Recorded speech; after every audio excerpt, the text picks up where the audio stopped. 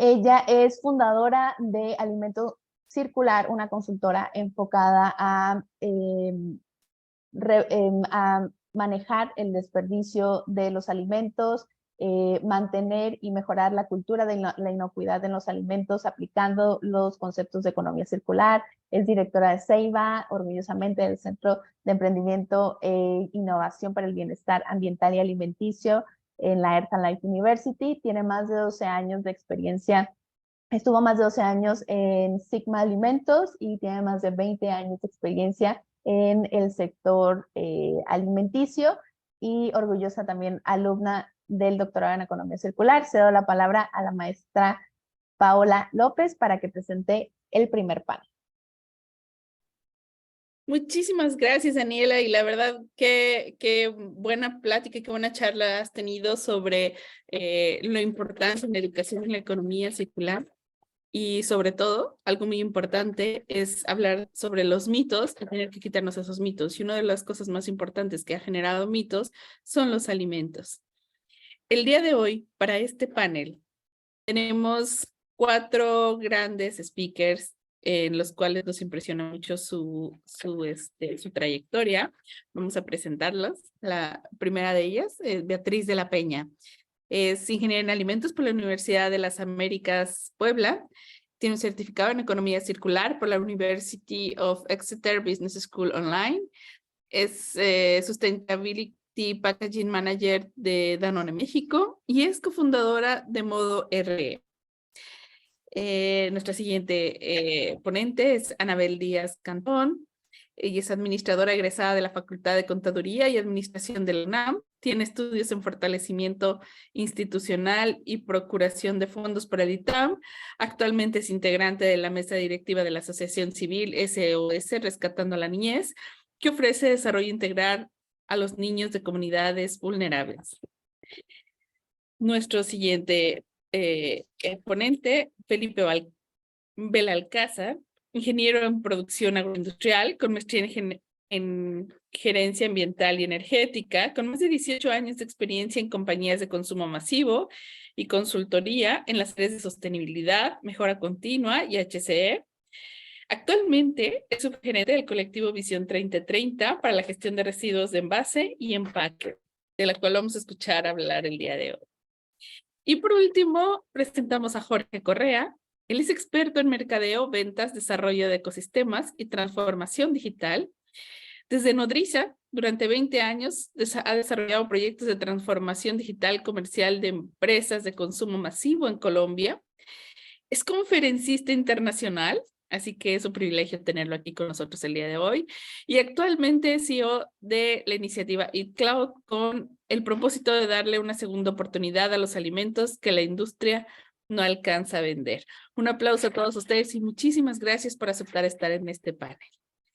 Vamos a empezar por Beatriz. Beatriz, quisiéramos conocer un poco más sobre tu experiencia y cómo las grandes compañías están trabajando en el diseño de empaques. Adelante, Beatriz. Gracias, hola a todos, buenos días. Gracias por la invitación y poder estar acá. Sí, tengo experiencia en empresas multinacionales como Kraft Foods, como PepsiCo y Danone últimamente, ¿no? Que fue mi última experiencia laboral. Claramente las empresas hoy en día están muy preocupadas por todo lo que viene del cambio climático. Actualmente estas grandes empresas forman parte del Pacto de la ONU para hacer la mejora de los plásticos y del uso de los recursos para el 2030, donde tienen estos objetivos enfocados en que para el 2030 tienen que asegurar que todos sus empaques sean 100% reciclables, reutilizables o compostables. ¿Esto qué quiere decir? Que todo lo que ellos pongan en el mercado debe asegurar que tenga una segunda vida y con esto poder cumplir con los principios de la economía circular. Empresas como Danone tienen un programa muy fuerte de reciclaje en el cual cada año están ellos comprometidos en aumentar el porcentaje de PET reciclado en todos sus empaques, lo cual, bueno, esto nos asegura de que todas las botellas que estén produciendo en alguna forma puedan seguir un ciclo circular y puedan volver a ser parte de otras botellas. No obstante, también estas empresas tienen un compromiso muy grande en trabajar con los recicladores. No solamente es yo asegurarme que pongo reciclaje en mis botellas, sino es asegurar que el reciclado se haga de buena calidad. Si el reciclado no se hace de buena calidad, yo no voy a tener la oportunidad de poder incorporar esto a mis productos. Entonces, hay un trabajo muy, muy fuerte con recicladores para poder mejorar la calidad. Hay un trabajo muy fuerte también de estas empresas con el gobierno, principalmente en la Ciudad de México, ya que, bueno, gran parte de la basura que se produce en el país se produce en las 5 ciudades más importantes y muchas están conglomeradas en el centro del país. Y todo este manejo de recursos de plástico se maneja entre el centro del país. Entonces, también hay acuerdos muy fuertes con el gobierno para poder dar incentivos a todo el tema de recolección, para que esta recolección se haga de una mejor manera y que este material tenga una calidad adecuada para poder ser usado. Aparte de esto, también estas empresas están comprometidas en cambiar el diseño de sus empaques. Hay una cosa muy importante que se llama el Design for Recyclability, que es no diseñar y luego tratar de arreglar un problema, sino desde origen hacer un diseño que sea enfocado en los principios de la economía circular. Cosas como estas, ejemplos que puedo dar: si voy a hacer un pouch, que el pouch ya sea diseñado de una manera que sea monomaterial. Si voy a hacer un pote, que ese pote sea diseñado que tenga materiales de los cuales se reciclan hoy en día, tratando de evitar estos materiales que son muy complicados de reciclar. Entonces, estas iniciativas están ya en la cabeza y en el pipeline de las empresas. Hay iniciativas que también vienen de Europa que próximamente nos van a llegar, y es que todas las tapas de los productos no se puedan desprender.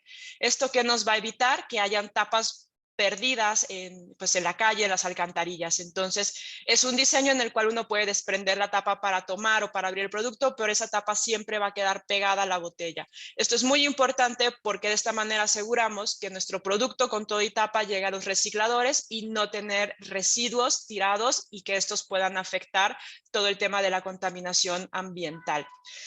Aparte de esto, pues hay un compromiso también muy, muy grande en reducción de huella de carbono, y entonces la reducción de huella de carbono también está relacionada en hacer estos diseños de manera sustentable, de materiales que tengan un menor impacto, con un ahorro en uso, con una reducción de gramaje de materiales y poder cerrar toda la parte de circularidad.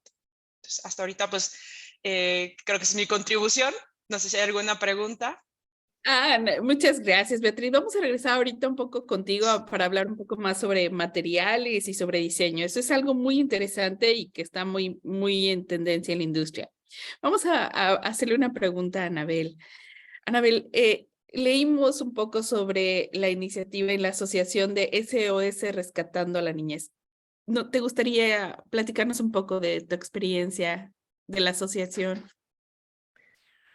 Claro, bueno, realmente esa es una colaboración externa ya a título personal. Sin embargo, digamos que mi experiencia se centra en el Banco de Alimentos, en Alimento para Todos, el Banco de Alimentos de la Ciudad de México, que se encarga de recuperar todo aquel alimento que ha perdido valor comercial, pero que aún es apto para el consumo humano. Se encuentra ubicado muy cerca de la central de abasto de la Ciudad de México, que es el mercado de abasto más grande en el mundo, y donde la cantidad de verduras y frutas que se desperdician es impresionante. Tan solo logramos recuperar un promedio de 500 toneladas mensuales, tan solo de la central de abasto. Y bueno, Oye, sí, sí, sí. no, disculpa. ¿Cómo interactúa el trabajo que tienes en esta asociación? ¿Y cómo consideras que actualmente la producción alimentaria está trabajando para lograr una soberanía alimentaria y cómo el desperdicio de alimentos afecta con ese objetivo? Claro, bueno, pues me gustaría como acotar primero que tenemos un modelo de consumo lineal que hoy por hoy estamos viendo que es obsoleto porque justamente no estamos canalizando estos excedentes de alimento que existen. Y tenemos por otro lado este contraste de personas que viven en inseguridad alimentaria, no solo en México, sino en el mundo, que son personas que no saben si van a comer el día de hoy, ¿no? Y estamos desperdiciando una gran cantidad de alimentos, como se los mencionaba. La central de abastos es tan solo un rubro del cual el Banco de Alimentos rescata. Sin embargo, tenemos otros canales de obtención de alimentos, como los autoservicios, la misma industria alimentaria y, bueno, sin dejar atrás también la pérdida de los alimentos durante la producción, ¿no? Y pues sí, o sea, este modelo lineal estamos viendo que es deficiente. Sin embargo, pues estas iniciativas de recuperación de alimentos y redistribución, porque el problema sentimos, o lo hablo desde mi perspectiva, no es un tema de producción de alimentos, es un tema de acceso a estos alimentos.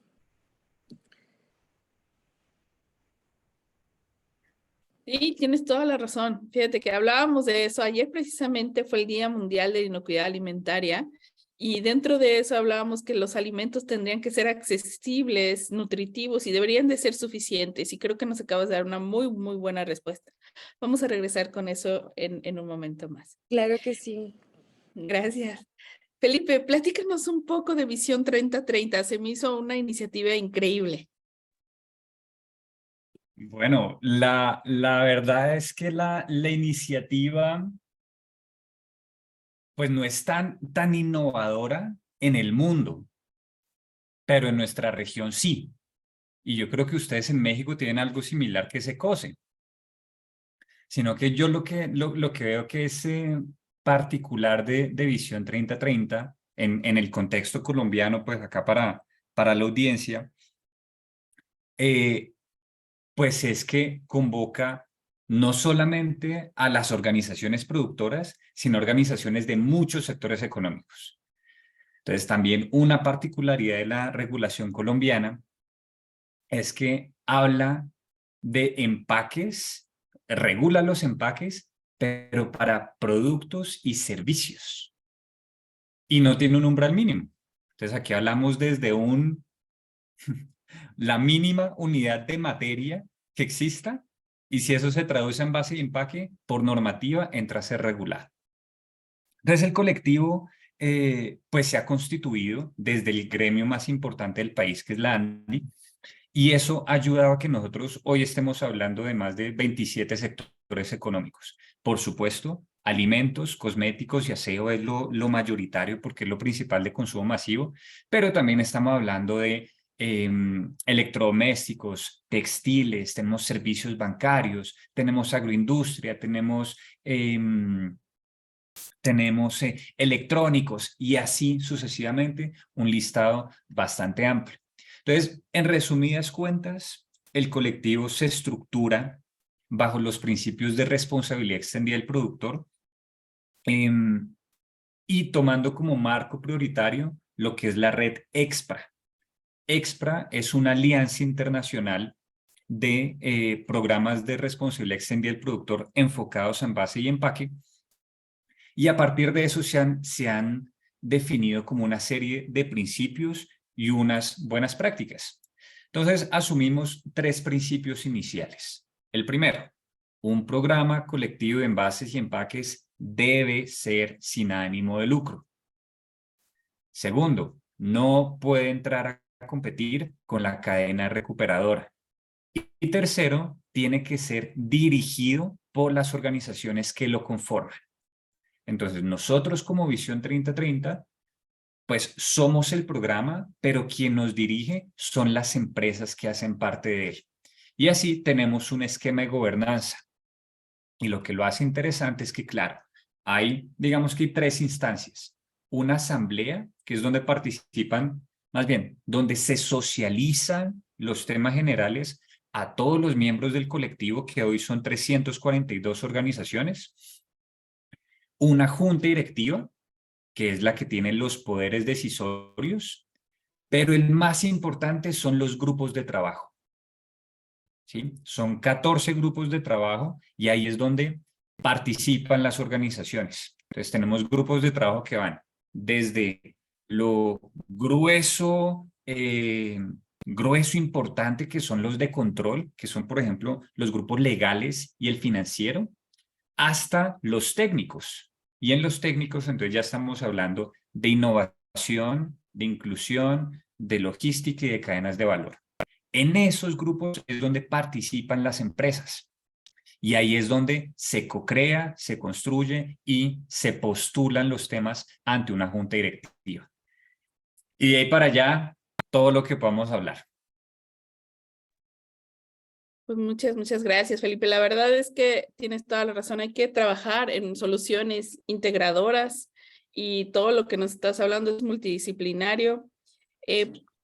Permíteme preguntar un poco más acerca de cuáles consideras tú que son los retos más importantes en la transformación de los empaques, considerando su costo, sus materiales y que deben de permanecer inocuos los alimentos.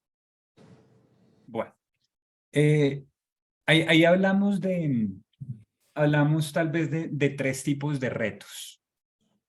Hay unos retos que son aguas abajo, hay otros retos que son aguas arriba y otros transversales. Si estamos hablando de poder proteger esa inocuidad del alimento, pues entremos a hablar del tipo de alimento, porque es que, a ver, si nos remontamos a lo que es la ingeniería de empaques no sé, tal vez de hace 10 años hacia atrás, la ingeniería de empaques pues prácticamente está enfocada en inmortalizar un alimento, en sobredimensionar el empaque de tal forma que el producto pudiera sobrevivir a condiciones planetarias, ¿sí? Cuando no lo necesita.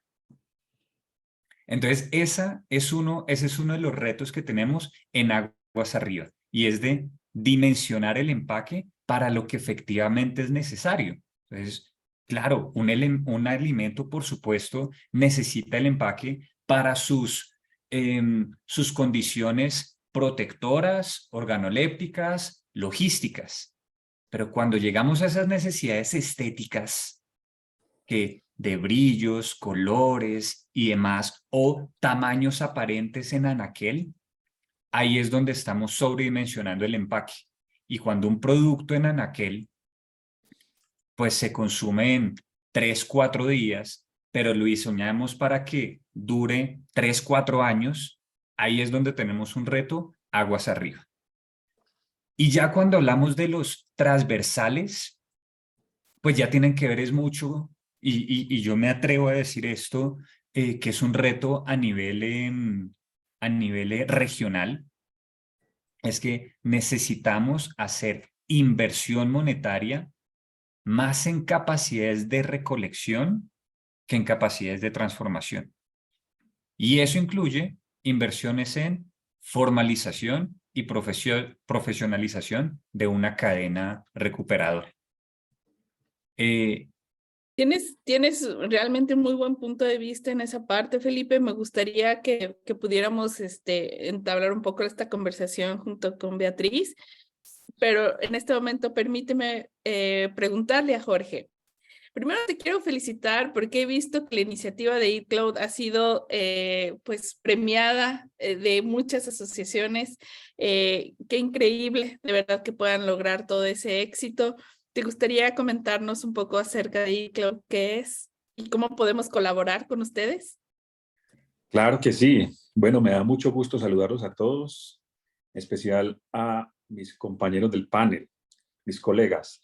Y bueno, les cuento, nosotros veníamos desde una compañía de tecnología trabajando muchos años con el ecosistema alimentario. Habíamos fundado la primera compañía colombiana que desarrollaba aplicaciones móviles. Empezamos a automatizar las ventas de los grandes jugadores de consumo masivo y desde adentro, desde la industria, eficientando procesos, nos dimos cuenta cómo la industria de alimentos tiraba a la basura pequeños, medianos y grandes volúmenes de alimentos atomizados en los territorios a lo largo y ancho de nuestro país, simplemente porque no se alcanzaban a vender o no cumplían el estándar para ser vendidos. Y entendimos que les costaba muchísimo dinero tirar esa comida a la basura. Y ahí es donde nosotros entendemos que no tiene presentación, que en el mundo coexistan el desperdicio de alimentos y el hambre. Porque, mírenme, con los alimentos que se tiran a la basura en América Latina podríamos alimentar 300 millones de personas al año. Y solo con los que se desperdician a nivel de punto de venta podríamos erradicar el hambre de las personas que viven en pobreza extrema en nuestra región. Nosotros tratamos de entender el problema y tratamos de acercarnos a la solución, y ahí es donde descubrimos la invaluable labor que hacen los bancos de alimentos en nuestros países. Entendimos que los bancos de alimentos juegan un papel clave al redistribuir estos alimentos en poblaciones vulnerables que necesitan ayuda. Y entendimos que la tecnología podría ser un vehículo para trabajar de la mano de los bancos de alimentos y las organizaciones sociales que hacen un trabajo serio con comunidades vulnerables. Y allí es donde creamos AITLA. AITLA es una plataforma digital que le ayuda al ecosistema alimentario a redistribuir sus excedentes con el propósito exclusivo de calmar el hambre. Estamos conectando entonces un ecosistema alimentario con ecosistemas sociales existentes. Hoy conectamos industria de alimentos, supermercados grandes, medianos y pequeños, restaurantes, hoteles, plataformas digitales, canales institucionales y próximamente productores agrícolas. Y del otro lado estamos con nuestras asociaciones de bancos de alimentos y con organizaciones sociales en Colombia. Nosotros lanzamos nuestro modelo en plena pandemia, logramos operar en 230 ciudades y municipios de Colombia. A la fecha hemos logrado redistribuir más de 30.000 toneladas de alimentos. Estos son casi 70 millones de platos de comida, ahorrándole a la industria de alimentos más de 30 millones de dólares, mitigando las emisiones directas de más de 1.000 toneladas de CO2 e indirectas de más de 20.000 toneladas de CO2. En Colombia, nuestro gran aliado es Abaco, la Asociación de Bancos de Alimentos de Colombia. Y tenemos la buena fortuna de en este momento estar trabajando de la mano de la red BAMEX en México en nuestro primer piloto. Es decir, ya hay un primer entusiasta grande, un gran player de la industria de alimentos, con el cual estamos empezando a operar en el territorio. Paulatinamente empezaremos a crecer en términos de expansión geográfica en el territorio mexicano, pero dimos un muy buen primer paso de la mano de BAMEX. Muchísimas gracias, Jorge. Y me gustaría, antes de hacerte la siguiente pregunta, me gustaría que Anabel nos pudiera apoyar en explicarnos un poco acerca de algo que hablabas, que es cómo seleccionar las vulnerabilidades para poder destinar estos alimentos por medio de los bancos de alimentos. ¿Cómo es ese proceso? ¿A quién le dan prioridad? Bueno, ahora que comenta Jorge, Alimento para Todos pertenece a la Red Nacional de Bancos de Alimentos, la red BAMEX, y bueno, habemos una red de 55 bancos de alimentos en el país. Cada uno opera de manera independiente y de manera autónoma, pero siempre, bueno, con esta misma misión, ¿no? De rescatar el alimento, redistribuirlo y favorecer a las familias que tienen alguna vulnerabilidad. Lo que cada banco establece, pues depende mucho de la zona geográfica y de las necesidades de esta zona geográfica. Sin embargo, en el caso de Alimento para Todos, el primer filtro que nosotros hacemos es el acceso a los alimentos, ¿no? Que es las familias que nosotros atendemos viven con un ingreso menor de 3 salarios mínimos. Entonces, son familias de 5 o más integrantes, porque aparte culturalmente mexicanos, somos familias muéganos y bueno, no nada más es papá, mamá, hijos como un estándar de familia, sino que también vienen abuelitos, vienen tíos y vienen otros integrantes de la familia que a veces viven con un solo sueldo. ¿Y esto por qué es? Porque justamente existen dentro de esta familia o de este núcleo existen otras vulnerabilidades, como por ejemplo que tengan algún familiar con discapacidad o algún abuelito, es decir, personas de la tercera edad que ya no puedan trabajar, que tengan que cuidar a los niños y que no les permitan salir a obtener un ingreso más. Entonces, primeramente, este es el filtro que nosotros hacemos. Sin embargo, bueno, también hay condiciones de acceso a la salud, a la vivienda y a otros derechos sociales a los cuales no tienen acceso estas familias y que tratamos de manera integral de atenderlos. Cabe señalar que, bueno, igual y lo digo rápido, cabe señalar que además de alimentos, el banco recupera bienes básicos en la vivienda, ropa, calzado y enseres domésticos que también pudieron haber terminado en la basura, porque regularmente son artículos que estaban exhibidos y que no fueron sacados a la venta, ¿no? Entonces, lo que hacemos con estos, pues sí, con esta recuperación de bienes básicos también es complementar estos apoyos. Si bien tienen la necesidad de la alimentación, también hay una necesidad de estos bienes básicos a los cuales no tendrían acceso de no ser por los programas de Alimento para Todos. Muy bien, Anabel, muchísimas gracias. Aquí me gustaría que nos ayudaras, Jorge, complementando esta parte de todo lo que nos ha platicado Anabel, de cómo se hace esa selección, porque es algo realmente un poco complejo el estar cruzando toda la información de cada una de las familias que piden apoyo a los bancos de alimentos. Al ustedes tener contacto con las grandes organizaciones para manejar esos volúmenes, ¿cómo hace la plataforma con su sistema para hacer esa selección de vulnerabilidades? ¿Cómo lo cruzan? Claro que sí. Mira, nosotros automatizamos este journey de punta a punta, entendiendo que pues, la labor de distribución del alimento que hacen los bancos de alimentos es absolutamente pues, sensata, obedece a principios muy, digamos que, muy importantes y nosotros tratamos de alinearnos y de respetar esos principios y más bien facilitar la vida para que el alimento llegue en el menor tiempo posible a estas comunidades. Entonces te voy a platicar de una manera muy breve cómo es el proceso que automatizamos. Entendiendo que necesitamos ganar vida útil en los alimentos para que puedan llegar a las comunidades. Lo primero que hacemos es identificar el alimento antes de que salga de ese ciclo de consumo y sea tirado a la basura. En el mundo retail lo hacemos con interfaces automáticas que suben a la nube de Eat Cloud los alimentos que no se venden, pero que son aptos para el consumo. Concretamente, fechas cortas y averías. Fechas cortas es un producto que le falta unos días antes de su vencimiento, pero que aún está en perfectas condiciones. Y averías, aquel producto que tiene un pequeño fallo en el empaque, es un producto feo, pero no ha sido contaminado, expuesto, etc. Está perfecto. En otras verticales, como restaurantes, como hoteles y demás, tratamos de identificar alimentos inocuos, que no estén contaminados, que puedan servir como insumos de producción o que sean alimentos preparados. Eso lo hacemos con interfaces y también lo hacemos con aplicaciones móviles que le permitan a una persona en un punto de venta, en una planta de producción o en un centro de distribución, subir a la nube alimentos que saben no se van a vender. De allí viene otro paso que es el match. Para esto nosotros utilizamos inteligencia artificial para tratar de acercar o al banco de alimentos o a la institución o fundación adscrita a estos bancos de alimentos que puede rescatar el alimento en el menor tiempo posible.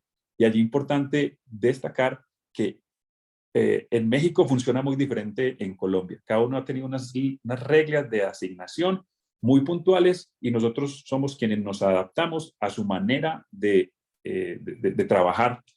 Una vez se seleccionan entonces estas organizaciones, ellos del otro lado tienen una aplicación de Eat Cloud en donde ven el alimento disponible, agendan su recogida, se validan en las instalaciones de los grandes donantes o aliados con nuestra aplicación y hacemos un proceso exhaustivo de chequeo del alimento en 2 puntos para garantizar que esté completo y que en efecto esté en perfectas condiciones para ser consumido.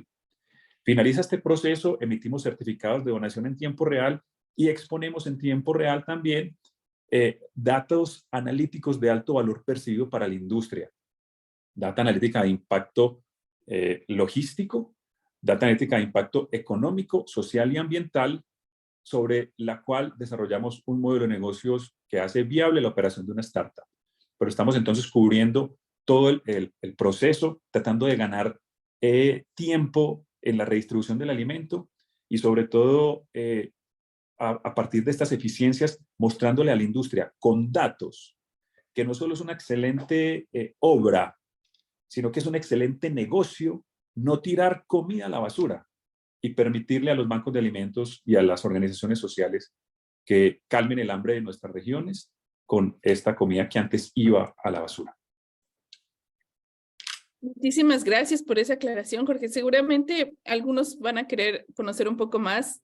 Si pudiéramos poner en el chat exactamente el lugar donde puedan conocer más de esa iniciativa, porque de verdad que deberían involucrarse mucho más en lo que ustedes están haciendo y también cómo los trabajos en las asociaciones o en bancos de alimentos pueden interactuar con ustedes. Me gustaría ahora preguntarle un poco a Beatriz y a Felipe sobre todas las iniciativas que hay al día de hoy en el manejo de PET. Hay mucha colaboración, hay mucho impulso a nivel global de reducir el manejo de PET. ¿Cómo podemos nosotros distinguir entre los beneficios, desventajas? ¿Cómo lo maneja la industria? Adelante, Beatriz. Gracias, Paola. Sí, mira, lamentablemente el PET es un material muy dinámico y suele ser muy barato en comparación a cualquier otro material, lo cual el que sea el color transparente, el que no le dé sabores diferentes a los productos, no hay una migración de sabor, lo hace súper atractivo.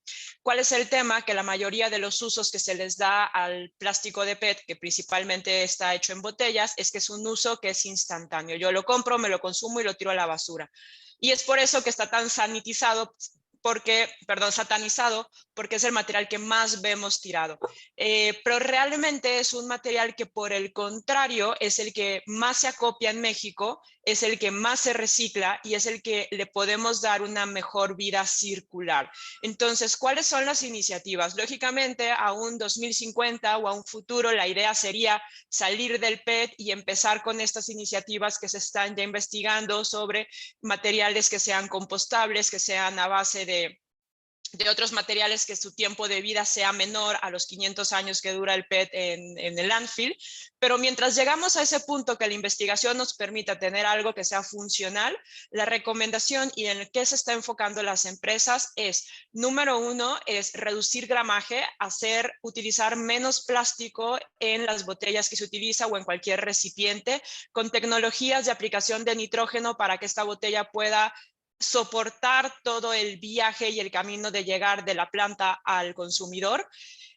Otras cosas que están haciendo es pensar en formatos más grandes, dejar de pensar en formatos pequeños, que esto lo que tiene es más plástico, menos producto, y entonces partir de una base de un formato mayor. Y otra parte muy importante que está pasando es empezar a pensar en formatos que sean retornables. Entonces, con esto, formatos retornables, estoy haciendo que el producto tenga una segunda, una tercera, una cuarta vida. Hoy en día, garrafones de agua te duran aproximadamente 3 años en el mercado, ¿no? Entonces es algo que es muy bueno saber, que aparte son de PET y que aparte van a reciclar. Por otro lado, muy rápidamente, pues todas estas campañas que, como comenta Felipe, en Visión 3030, que en México tenemos ECOSE está basado en generar esta cultura del reciclaje. Entonces, cómo las industrias, cómo el consumidor aprende a reciclar de una manera correcta para, como dije anteriormente, este material pueda llegar a un reciclador y se pueda utilizar en una cadena circular.